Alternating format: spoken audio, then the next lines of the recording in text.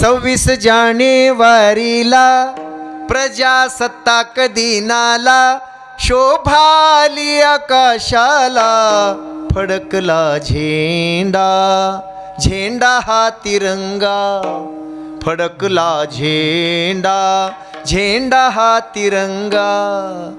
रंग हे झेंड्याचे 3, केशरी हिरवा किती छान, पांढरा खुले मध्यभागी त्यावर अशोक चक्र महान, असा हा देशाचा प्यारा फडकला झेंडा, झेंडा हा तिरंगा, फडकला झेंडा, झेंडा हा तिरंगा. लाल ही रक्ताची खूण, पांढरा त्याचे बंधन, हिरवा देई समाधान, राखा चक्राचा मान, असा हा भारतीय प्यारा फडकला झेंडा, झेंडा हा तिरंगा, फडकला झेंडा, झेंडा हा तिरंगा. फडकवतो की नाही? मीच तयार केले ते गाणं, याच्यासाठी बोलतोय मी. पण हा झेंडा फडकताना, प्रत्येकाच्या शर्टावर झेंड्याचं चित्र लावताना, हे अलीकड सगळे नेते वगैरे झेंडा फडकविताना किती आनंदी असतो. भारताचा हा उत्सव आहे, भारताचा हा मोठा सण आहे, हिंदुस्थानचा हा गौरवाचा स्वाभिमानाचा सण आहे. मला वाटते कधी कुणी पाठीमागं जाऊन पाहतंय का? ह्या तिरंग्याच्या जागेवर काय होतं 150 वर्षापूर्वी, 100 वर्षापूर्वी? काय काय सहन केलंय त्या लोकांनी. मी भक्तासाठीच बोलायलो. हा तिरंगा झेंडा हजारो लाखो क्रांतिकारकाच्या, देशभक्ताच्या रक्ताच्या बलिदानाने बनलेला आहे. तूफान में ताश का घर नहीं बनता, रोने से बिगड़ा मुकद्दर नहीं बनता, एक हार से कोई फकीर या एक जीत से कोई सिकंदर नहीं बनता. हो, कितीतरी संसार उद्ध्वस्त झालेत पोरांनो. हा झेंडा, हा तिरंगा, ही आमची शान आन बान. आज जो फडकावतो ना, आम्ही स्वातंत्र्यामध्ये दिवस काढतो, आम्ही आझाद आहोत. पण त्या गुलामीतल्या लोकांना जाऊन विचारा. हो, मुघलांची गुलामी, ब्रिटिशांची गुलामी, रझाकारांची गुलामी, औरंगजेबाची गुलामी करताना काय काय यातना सहन केल्यात.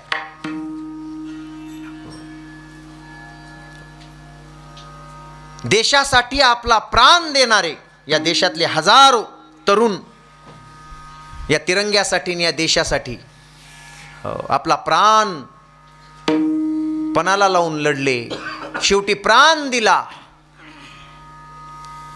छत्रपती संभाजी महाराजांना औरंगजेब म्हणाला होता ना, तुम्ही पिक्चर बघितलाय पोरांनो?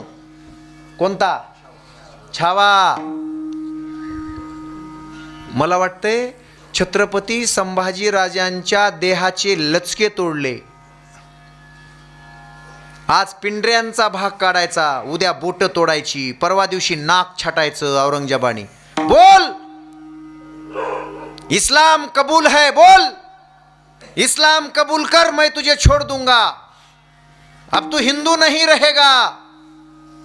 छत्रपती संभाजी महाराजांना म्हणायचं, हिंदू की औलाद हूं, हिंदू था, हिंदू हूं, और मेरे 100 टुकड़े हो गए तो भी हिंदू ही रहूंगा और हिंदू ही बनकर मरूंगा.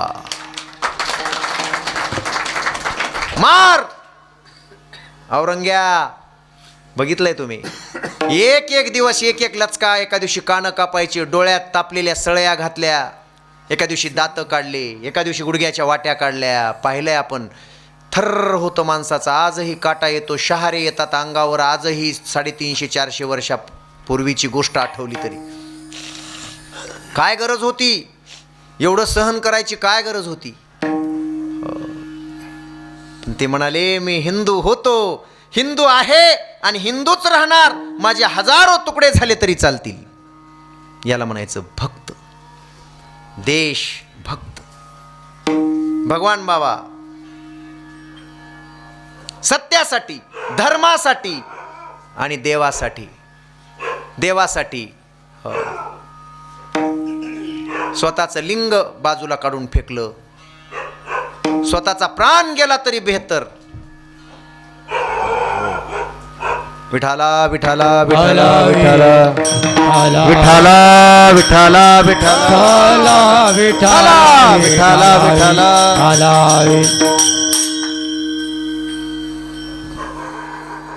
पोरांनो, कीर्तन म्हणजे काय नुसतं तुम्हाला जे वाटतं तसं नाही. विद्यावती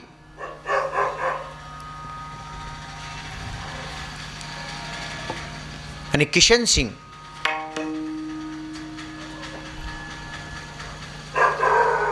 पंजाबमध्ये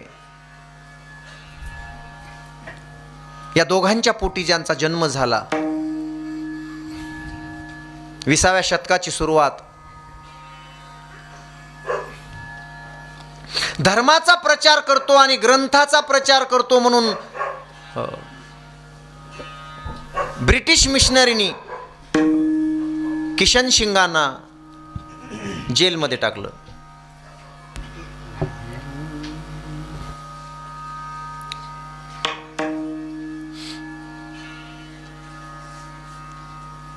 बाप असून नसल्यासारखा झाला. आणि 5 वर्षाचं ते पोरग ज्याचं नाव भगत, 5 वर्ष.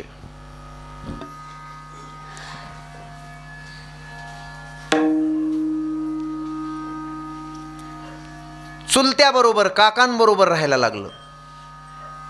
पर्याय नव्हता. शेतात जायला लागलं. शेतात पेरणीचे दिवस चालू होते. तिकडे गहू फार पिकतो आणि गव्हाची पेरणी होती. आमचे रामधन मुंडे साहेब, जे आर्मीमध्ये 28 वर्षे ज्यांनी सर्व्हिस केली, ते सुद्धा लाड रामधनजी लाड हो, इथं उपस्थित आहेत ते कीर्तनाला. ते म्हणले, महाराज मोबाईलवर खूप कीर्तनं तुमचे ऐकतो मी दररोज, पण आज जवळ आलात, प्रत्यक्ष योग आलाय. 28 वर्षे या देशाची सेवा केली त्यांनी. ऐका साहेब, येणार आहे मी तुमच्याकडं. बाळा, 5 वर्षाचं पोर,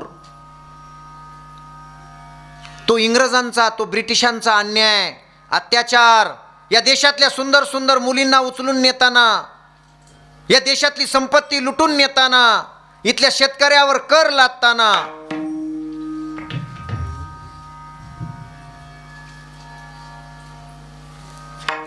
विठाला विठाला विठाला विठाला विठाला विठाला हलावी हलावी विठ्ठलावी हलावी.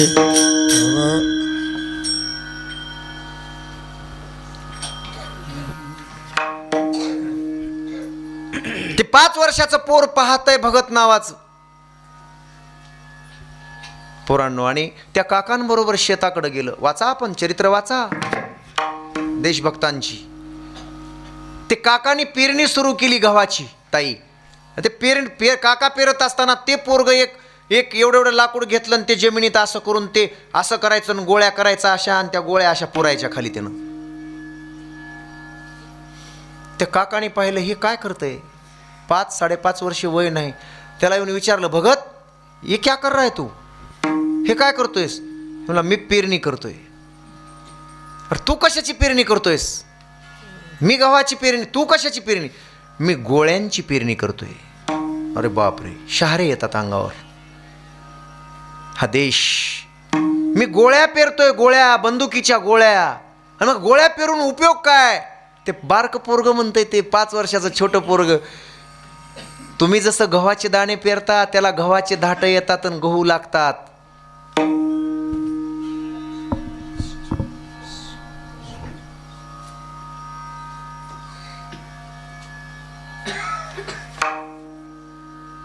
तसं मी ह्या गोळ्या पेरतोय, गोळ्या, हिला उद्या बंदुकी लागणार आहेत. बंदुकी? अरे काय बोलतोयस? हा काका, याला या गोळ्यांना वर ह्या उगवणार, याला बंदुकी लागणार आणि त्या सगळ्या बंदुकी मी एकत्र करणार आणि त्या बंदुकीने इंग्रजांना मारणार. इंग्रजांना या देशातून हाकलून देणार. एकच वेड होतं त्या पोराच्या डोक्यात. त्यानं गुलामी पाहिली होती, गुलामी पाहिली होती. आणि एवढं मोठं वेड होतं. पोरग पहिलीला गेल्यापासून त्याच गोष्टी वाचत होतं. पुढे पोरग कॉलेजमध्ये गेलं 10वी झाल्यानंतर, आणि पोरांच्या संघटना गोळा केल्या त्यांनी. एकत्र केले आणि त्या पोरांची संघटना केली. एकच ध्यास, इंग्रज बाहेर गेले पाहिजेत. महात्मा गांधीजींनी त्याच काळामध्ये 1919ला कायदेभंगाची चळवळ चालू केली होती. कायदेभंग, असहकार. आणि त्या चळवळीत ही सगळी टीम मुलांची घेऊन तो उतरला.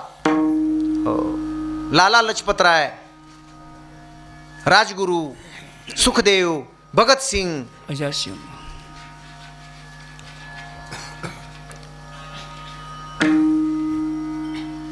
त्या चळवळीमध्ये 3 वर्ष चळवळ चालली आणि गांधीजींनी 1922ला ती चळवळ परत घेतली.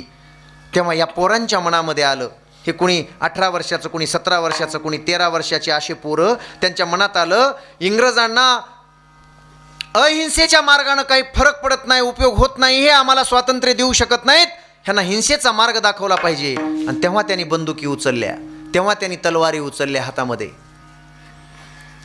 आणि सायमन नावाचं कमिशन आलं होतं, जाचक कर लादत होतं. Simon go back. आणि त्या सायमन कमिशननं, मला वाटतं त्यांचा जो SP होता, DSP, मला नाव आठवत नाही तर, नाही ते जालियनवाला बाग वेगळं. त्याच्या SP आदेश दिले लाठीचार्ज करा या पोरांवर. आणि लाठीचार्ज करताना जे नेतृत्व करत होते लाला लजपतराय, त्यांच्या डोक्यात एक काठी लागली आणि लाला लजपतराय, सँडर्स त्याचं नाव होतं त्या अधिकाऱ्याचं. आणि लाला लजपतराय त्या काठीचा घाव लागून मृत्युमुखी पडले. त्याचा राग एवढा आला, याचा बदला घेतल्याशिवाय राहायचं नाही. ज्या सँडर्सनं, ज्याच्यामुळे ही हत्या झालेली आहे, ज्याच्यामुळे लाला लजपतराय गेलेले आहेत, त्याला उडवल्याशिवाय राहायचं नाही. रात्रंदिवस एकच प्रयत्न. आणि मग संसदेत सुद्धा बॉम्ब फेक केली यांनी. भगतसिंग, राजगुरू आणि सुखदेव यांनी संसदेवर त्या इंग्रजांच्या, आणि सँडर्सची हत्या केली. हे पोरं सुधरू देत नाहीत म्हणून तिघांनाही इंग्रजांनी पकडलं. आहे का? आता 22 वर्षाचे, 23 वर्षाचे पोरं, काय वय असेल आता हे 22-23 वर्षाचे पोरं इथं बसलेले आहेत.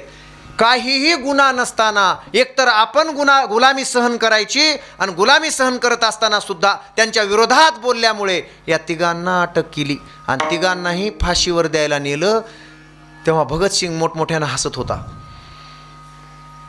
काय इच्छा शेवटची? काही नाही, मला 2 तास व्यायाम करायचा आहे. अरे तुला फाशीवर द्यायचंय, तू आता फाशीवर जाणार आहेस